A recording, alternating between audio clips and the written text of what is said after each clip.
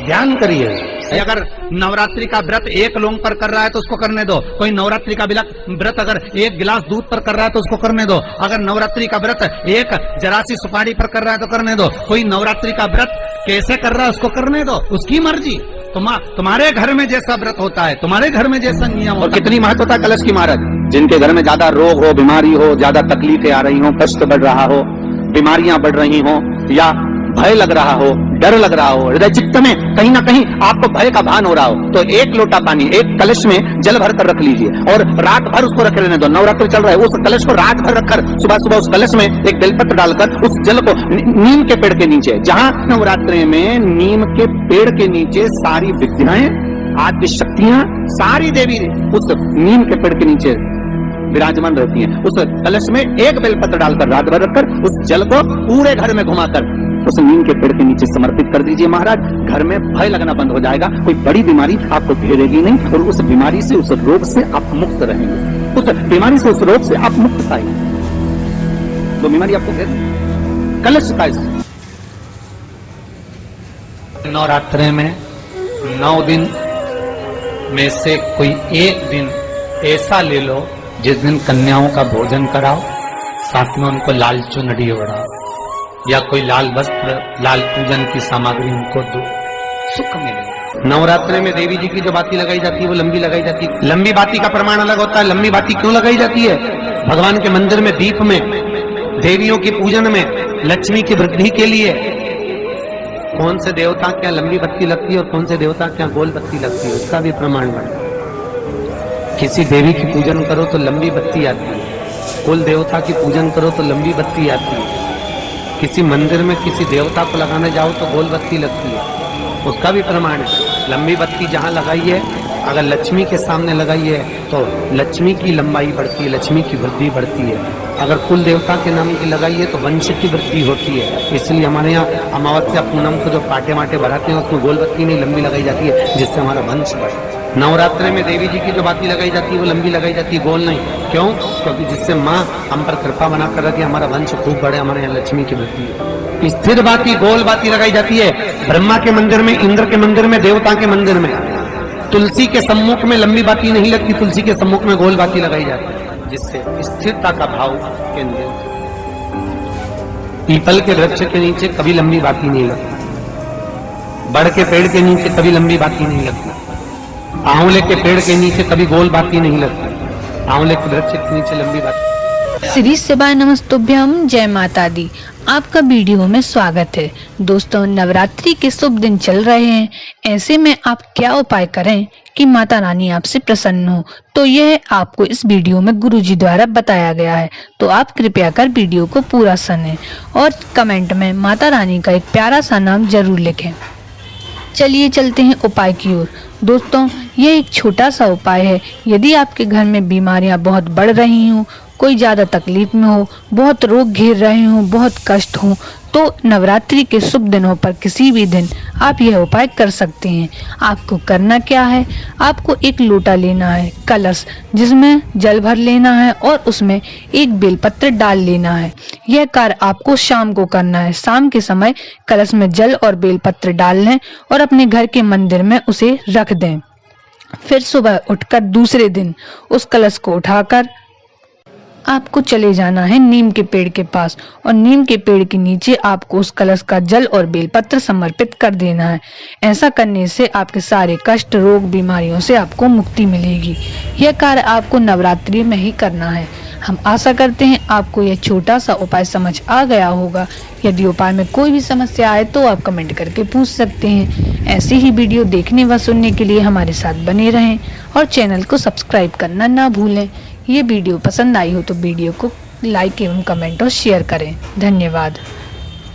11 आम के जो पत्ते जिस डाली में लगे होते हैं, वो डाली कोमल सी डाली, 11 टुकड़े महाराज एक कच्चे सूत से लपेटकर 11 बार उसका भाग, जब उसको लपेट लोगे इस तरह से इकट्ठा करके, आगे का जो भाग है 11 बार कच्चा सूत लपेटने के बाद जो भाग पीछे का आगे का कोई भी हो, उसको शहद में डुबाकर शिव जी को समर्पित कर दो। किस जगह पर रखना है?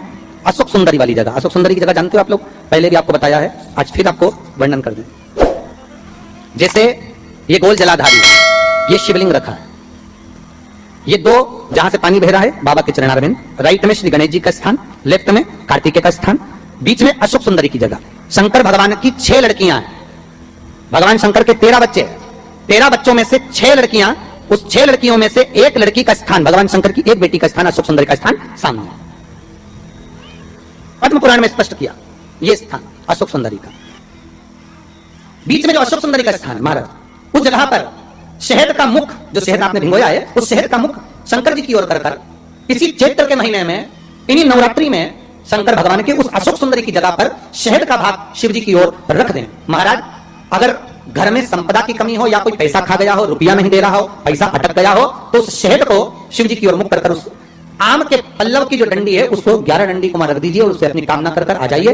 हो सके उस शहद में से थोड़ा सा शहद किसी रुमाल पर, किसी कपड़े में लगाकर उसको रख लीजिए। जिस व्यक्ति से पैसे लेना है, जिस व्यक्ति से पैसे मांग रहे हो, उससे एक बार जाकर मिल लीजिए, एक बार उसको खबर कर दीजिए। बाबा चाहेगा भोलेनाथ तो नवरात्रि में ही पैसा वापिस आ जाएगा, अगर शिव कृपा कर दे।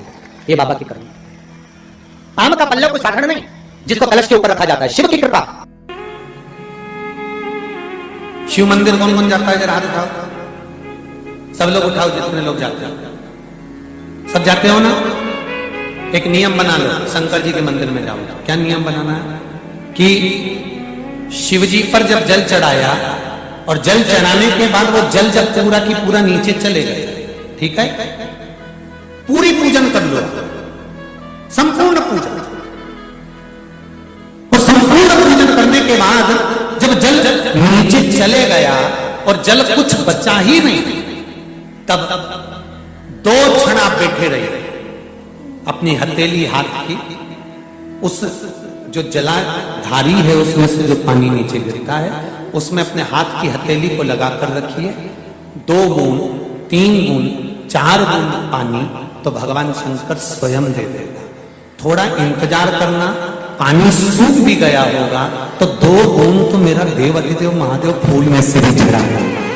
आप वो जो 2 बूंद पानी मिले उस जल को लेकर घर पर आइए और आपको ऐसा लगता है कि मेरा शरीर ठीक नहीं है, या रोग हो गया, या बीमारी हो गई, या दुकान नहीं चल रही, या व्यापार नहीं चल रहा, 4 धंधे बदल लिए, प्रयास करो, रोज शिव मंदिर जाओ, पूजन करने के बाद थोड़ी देर बैठ जाओ, आप 2 बूंद जल लेकर आओ और उस दुकान पर या अपने शरीर पर लगाना प्रारंभ करिए, अपने आप सब कार्य सफल होना प्रारंभ।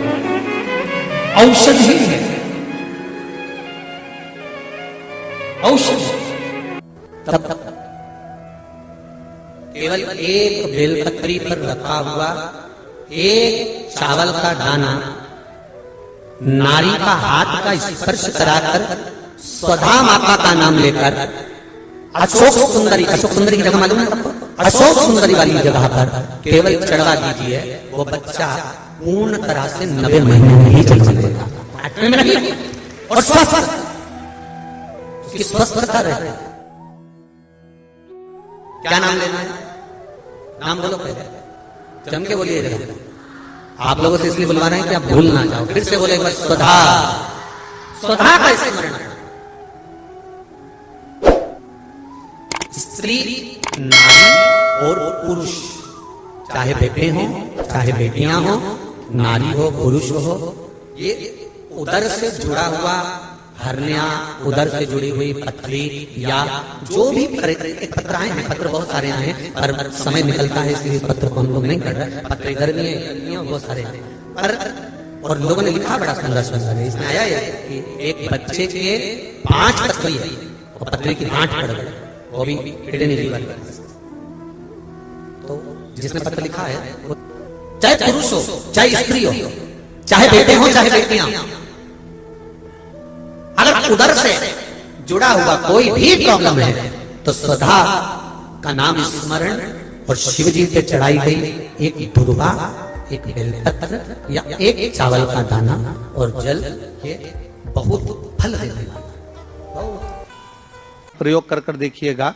अभी तो नवरात्रि चल रही है, नवरात्रे में जब 5वां दिन नवरात्रे का रहे, चैत्री नवरात्रे का 5वां दिन रहे, और मान लो कि आपके घर में किसी बच्चे की, लड़के की या लड़की का या मंगल विवाह नहीं हो रहा हो, या शादी नहीं हो रही हो, या उस लड़के लड़की के लिए बहुत प्रयास कर लिया आपने और उसकी शादी हो ही नहीं रही, अथक प्रयास आपने कर लिया और उसका मंगल विवाह नहीं हो रहा, तो ये देवी भागवत में स्पष्ट कहा गया है, देवी भागवत में वर्णन किया गया है,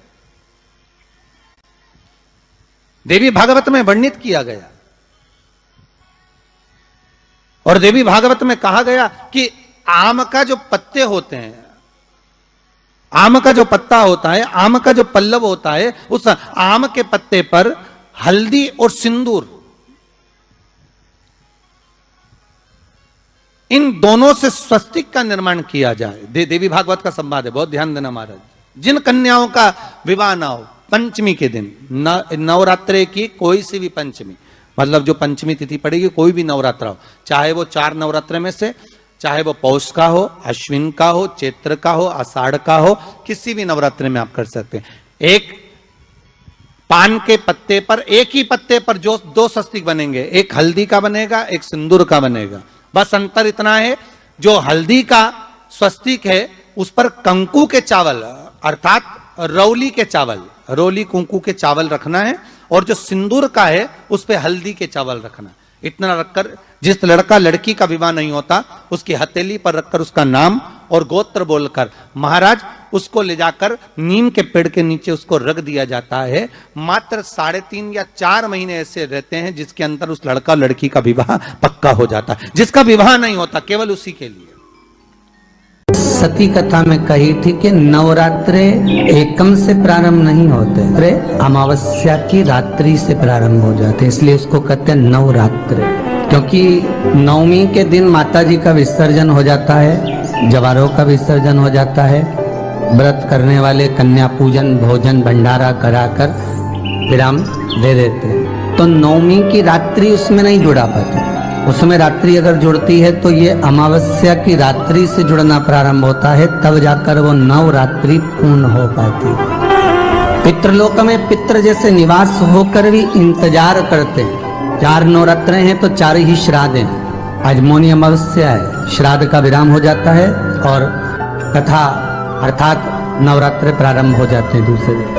तो यहाँ शास्त्र कह रहा है जैसे हमें प्रतीक्षा रहती है कोई अच्छे कार्य की, कि घर में कोई शुभ कार्य हो, घर में कोई अच्छा आयोजन हो तो अपने को आनंद होगा, प्रसन्नता होगी।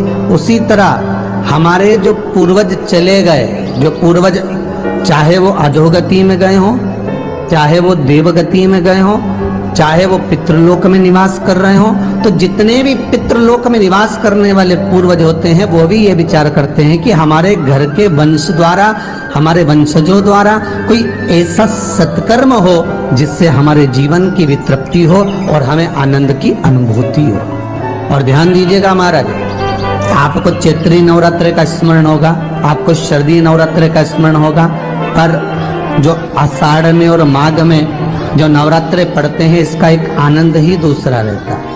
बस इतना जरूर होता है कि दुनिया के लोग वो जो 2 नवरात्रे होते हैं उसमें कलश की स्थापना भी करते हैं, देवी का पूजन भी करते हैं, अर्चना भी करते हैं, मंदिरों में भीड़ भी रहती है और खूब प्रेम से माता का जगराता वगैरह सब होता है। पर ये जो नवरात्रे हैं 2 गुप्त नवरात्रे, इनका लोगों को स्मरण नहीं था। वो तो धीरे धीरे ये टीवी चैनल के माध्यम से कथाकारों ने, वक्ताओं ने स्मरण कराना जब चालू करा, धीरे धीरे बताना, मार्गदर्शन करना जब चालू करा, तब लोगों को ज्ञात होता गया कि कोई गुप्त नवरात्रा भी होता है, उसमें भी देवी की आराधना होती है। ये 4 नवरात्रे अलग अलग अवस्था के हैं, अलग अलग सुख के हैं और अलग अलग आनंद के। आपके घर में पितृदोष है, आपको ऐसा महसूस होता है, तो किसी भी नवरात्रि के पहले जो अमावस्या पड़ती है, जिस दिन अमावस्या रहे उस दिन चावल की कटोरी में एक कपूर का टुकड़ा रख दीजिए, छोटा सा, और कपूर का टुकड़ा रखकर उस कपूर को दरवाजे के बाहर कटोरी में ही, चावल रखी हुई कटोरी में ही उसको पितरों का स्मरण कर कर जला दीजिए।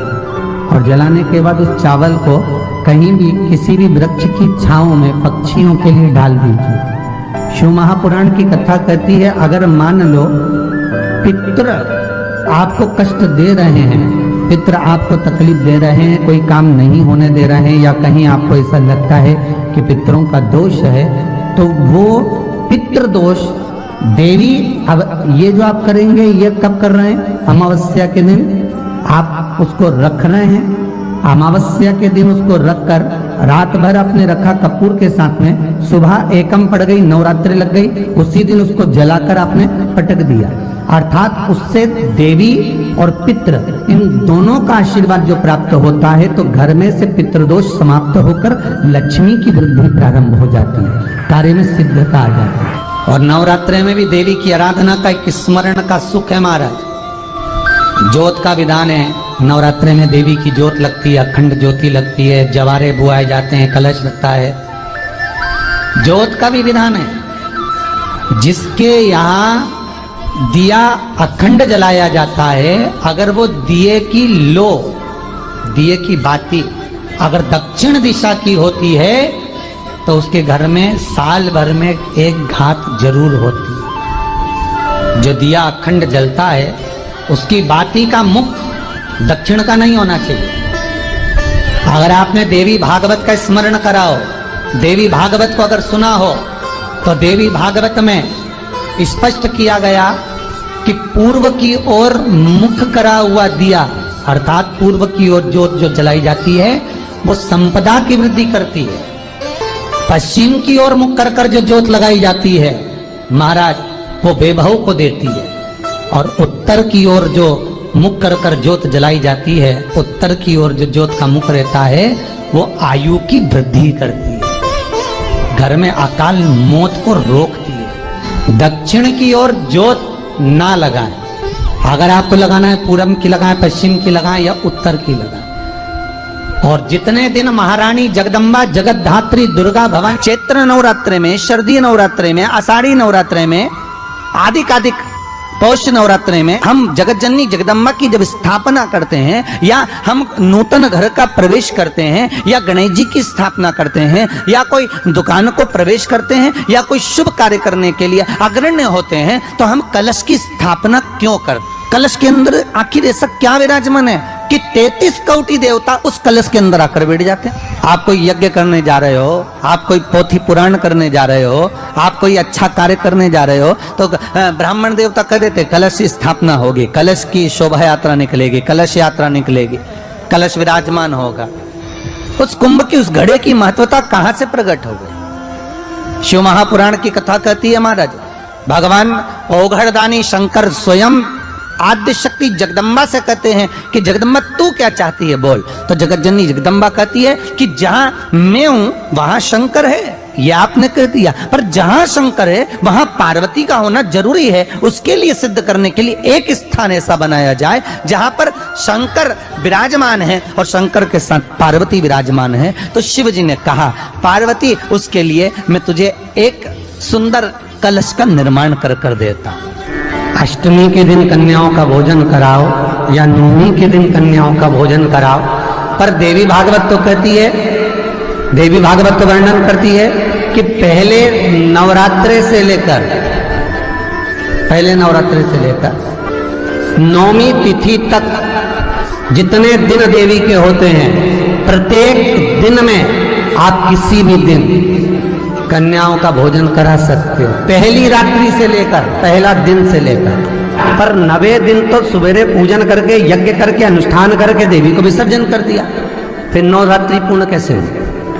नवरात्रि की पूर्णता होती है अमावस्या की रात से गिनी जाती है। कौन से दिन से गिनते हैं? अमावस्या की रात्रि, फिर एकम की रात्रि, फिर दूज की रात्रि, ऐसे गिनते गिनते अष्टमी की रात्रि तक और नवमी के दिन सुबह तक या दोपहर तक या शाम तक, जब तक आप यज्ञ ना करें तब तक ये 9 रात्रियां पूर्ण गिनी जाती है महाराज देवी भागवत के हिसाब से पूर्णता। अब हमने कन्या भोजन का जो क्रम बनाया, अष्टमी के दिन करा देंगे, नवमी के दिन करा देंगे, इस तिथि को करा देंगे, पर भाव देखिए, शास्त्र कहता है भूखे को भोजन जब कराइए जब उसको भूख लगी हो, और ऐसों को कराइए जिसको जरूरत पड़ रही है।